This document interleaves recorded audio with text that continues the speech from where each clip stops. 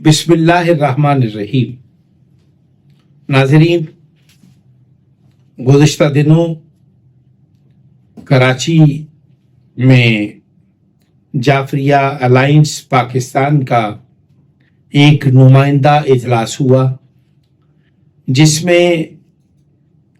کراچی کی تمام چھوٹی بڑی تنظیموں نے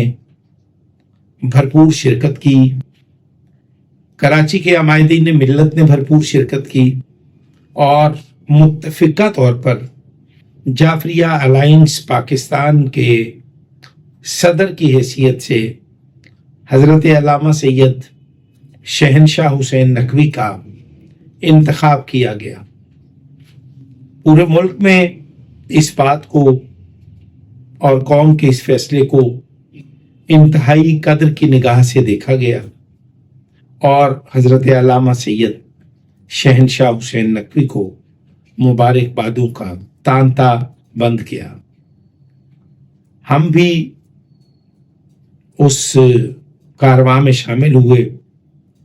ہم نے بھی علامہ سید شہنشاہ حسین نقوی کو خراج بھی پیش کیا،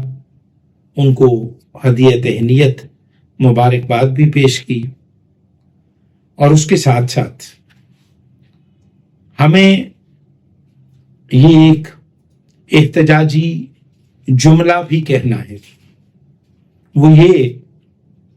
کہ جعفریہ الائنس پاکستان کے سرپرست اعلیٰ حضرت علامہ رضی جعفر نقوی صاحب، آپ کی قامت، آپ کی شخصیت کراچی میں جتنے لوگ موجود ہیں ان سب میں آپ بزرگ ہیں، اور آج میں یہ بات برملا کہہ دینا چاہتا ہوں کہ جعفریہ الائنس پاکستان کے بانی و سربراہ حضرت علامہ عباس کمیلی علی مقامہ،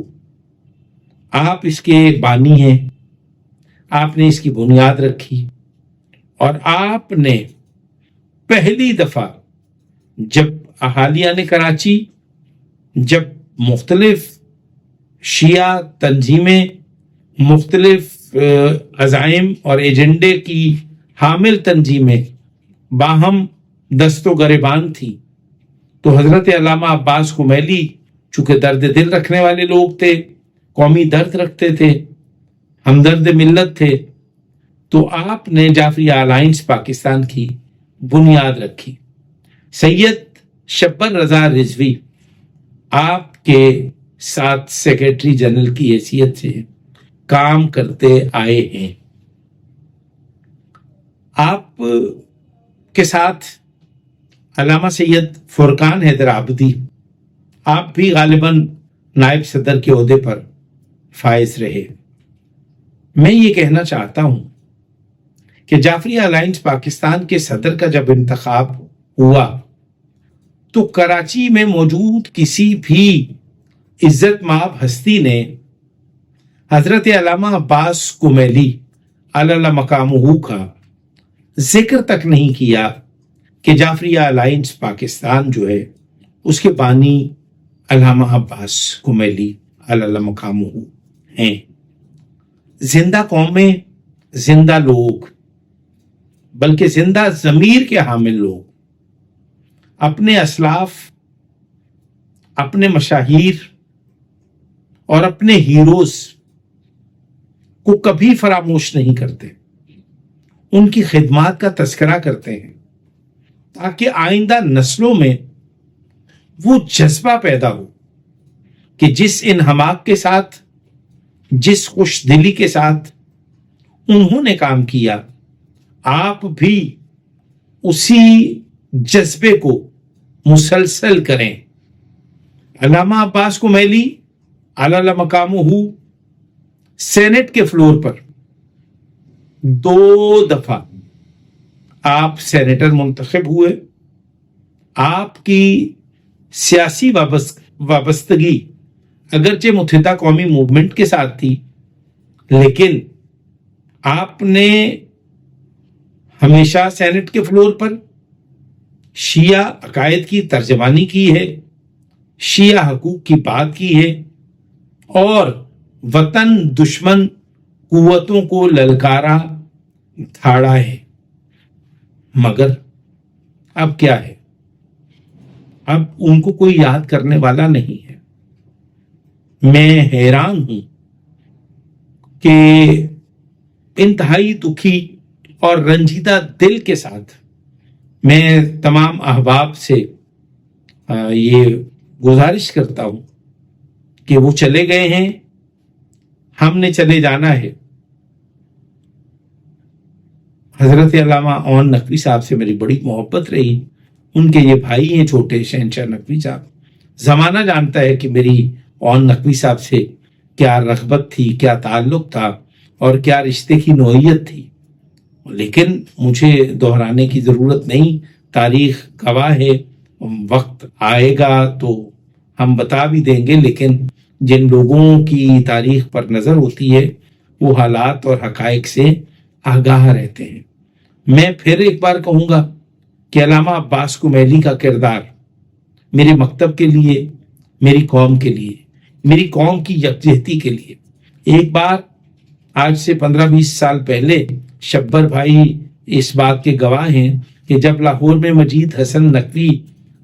مرحوم و مغفور کے گھر پہ علامہ عباس کمیلی نے ایک جعفریہ الائنس کو پنجاب میں فعال کرنے کے لیے انہوں نے ایک میٹنگ بلائی جس میں 20-25 افراد موجود تھے، جس میں میں خاکسار بھی موجود تھا، علامہ آغا مظہر حسین مشہدی موجود تھے، مجید حسن نقوی صاحب موجود تھے، اس کے علاوہ لاہور کی چنیدہ شخصیات موجود تھیں، اور اس میں انہوں نے کچھ ایسے لوگوں کو بلایا جن کا مجھ سے جزوی نظریاتی اختلاف تھا۔ تو میں نے قبلہ سے بات کی کہ قبلہ یہ وہ لوگ ہیں جو جن سے میرا اختلاف ہے، یا وہ آئی او سے وابستہ ہیں، آئی ایس او سے وابستہ ہیں۔ تو انہوں نے فرمایا کہ کراچی میں قومی یکجہتی کی اشد ضرورت تھی، تو ہم نے گروہی تفریق کو ختم کر کے ہم نے جعفریہ الائنس کو فعال کیا ہے۔ تو ہم اسی طرز پہ ہم پنجاب میں بھی جزوی اختلافات کو بالائے طاق رکھتے ہوئے وسیع تر ملکی اور قومی مفاد کی خاطر ہم جعفریہ الائنس کو پنجاب میں فعال کرنے کا ارادہ رکھتے ہیں۔ شبر بھائی بھی موجود تھے۔ میری پہلی ملاقات غالباً میری شبر رضا رضوی صاحب سے مجید حسن نقوی صاحب کی رہائش گاہ دیو سماج روڈ لاہور پر ہوئی، اور پھر ملاقاتیں ان سے رہیں اور ٹیلی فونک رابطہ بھی رہا۔ میں یہ عرض کرنا چاہتا ہوں کہ اس وقت جو علامہ عباس کمیلی کا مزاج اور طبیعت تھی، وہ ہمدرد تھے، وہ چھوٹے بڑے کی تخصیص نہیں رکھتے تھے، وہ ایشوز پہ بات کرتے تھے،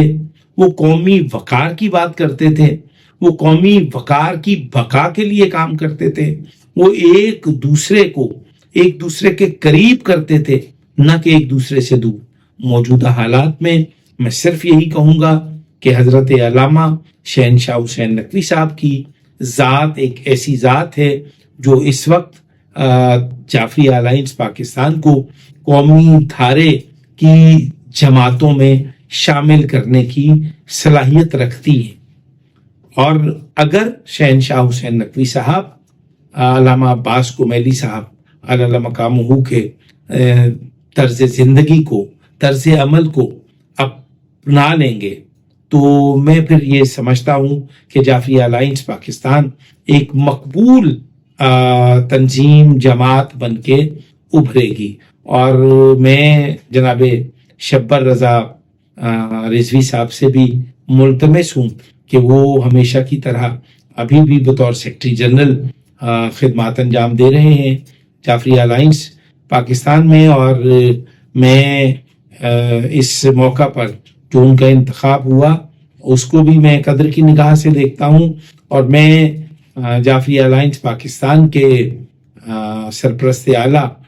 جناب عزت مآب رضی جعفر نقوی صاحب،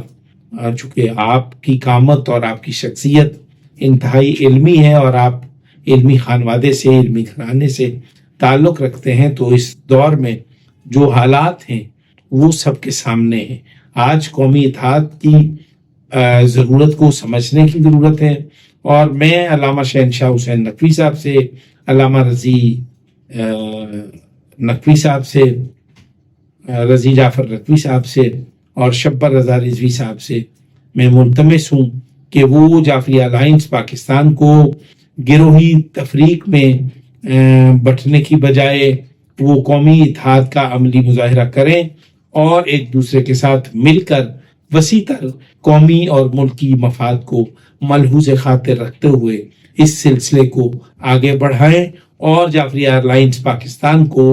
چاروں صوبوں میں ایک دفعہ پھر سے اس کو فعال کرنے کی کوشش کریں۔ ہم حضرت علامہ شہنشاہ حسین نقوی کو ہر طرح کے تعاون کی یقین دہانی کراتے ہیں، اور ہم ان سے پر امید ہیں کہ وہ حضرت علامہ عباس کمیلی علی مقامہ کے